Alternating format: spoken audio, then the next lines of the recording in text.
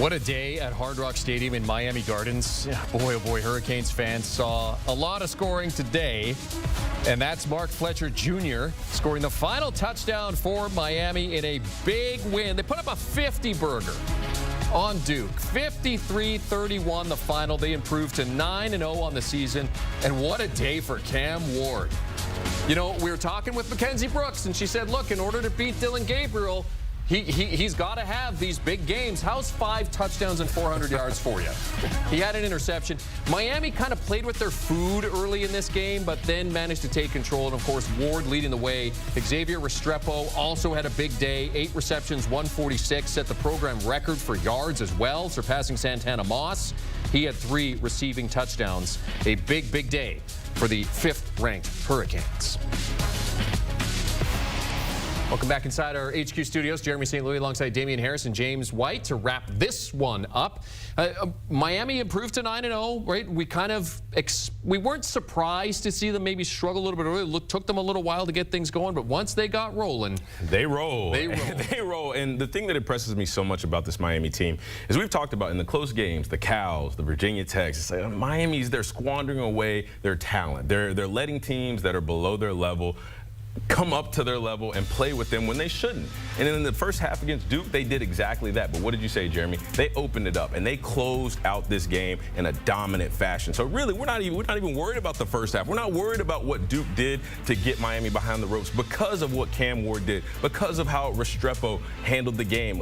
Big numbers, receiving touchdowns, so many different things. They got the run game going. They played not so good defense, but good enough to win. And so when you look at it, Miami is finding a way to win these tough games. That's what happens whenever you're a good team. Whenever you're 9-0, the target is going to be on your back. So every team you play is going to give you their absolute best effort. And Miami is finding ways to pull away further and further in these close games, start to open them up and make them turn into dominant wins. Cam Ward has been such a tremendous addition to this football team. His leadership, his poise at all times during games, no matter how much they're up, no matter how much they're down, he stays so resilient.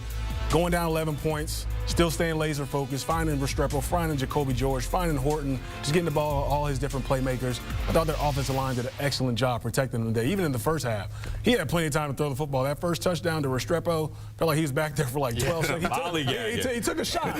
He took a shot. He took a hit. And threw a great ball down the field, giving them an opportunity. They have a ton of weapons on their offense between himself, their run game, Mark Fletcher, Damien Martinez. They have power backs along with the speed on the outside. They're a dangerous football team. As Damien mentioned, though, that defense, they have to shore things up in that secondary. Malik Murphy and Higgins, they were able to get behind the defense quite a few times to create some big plays. So if they can shore that up, I think that allows them to really make sure they're really set in place when they make it to the college football playoff. Yeah, that'll give them more of a chance in the college football playoff, because I love Cam Ward and I love this Miami offense, as explosive as they are. They're not going to be able to just outscore their way to a national championship. I'm sorry, that's not going to happen. They're going to have to play better defense. And another thing something that needs to be talked about, James, you mentioned that Miami's offensive line did a better job of protecting Cam Ward. Well, I'm going to say that Cam Ward needs to do a better job of protecting Cam Ward, because as great as it is for him to have all day in the pocket, and he can extend these plays and let the routes develop and let him get behind the secondary.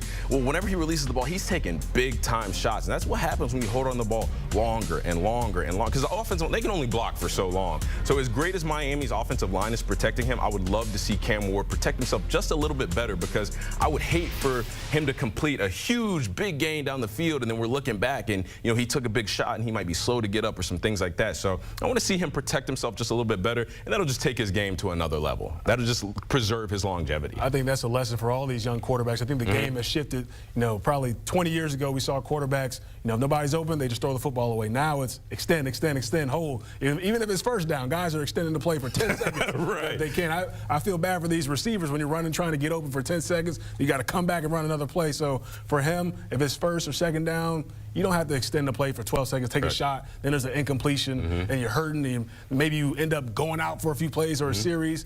We don't need that from Cam Ward. He's having a special season. He means way too much to this football team for him to go down on a play where he didn't have to extend it at all. And one one more thing, just because I'm sorry, Jeremy, but one more thing. Hold on, I'm sorry, Jeremy, because we're talking about young quarterbacks and the way the game has transformed, right? Another part of that is whenever you're always searching for the big play, that's when turnovers happen. That's when you start giving the ball to the other team. And Cam Ward, it's looked great because he's always made the big play, and he's always made the plays in order for them to win. But when they're going to be playing tougher defenses, when they're going to be up against better teams that present better competition, one, you're going to be taking more hits the more you extend, and two, the more opportunity you give the defense to make a play on the ball and, you know, just create some disruption. So, yes, young guys, first and second down, just live to fight another day. If it's fourth down, we get it. But, you know, take care of the ball, protect yourselves, live to fight another day. You saw Cam Ward there, the clubhouse leader in terms of the Heisman odds after his performance today, which not unexpected as he now sits at +170, ahead of Travis Hunter is +220, and Dylan Gabriel, who's on the field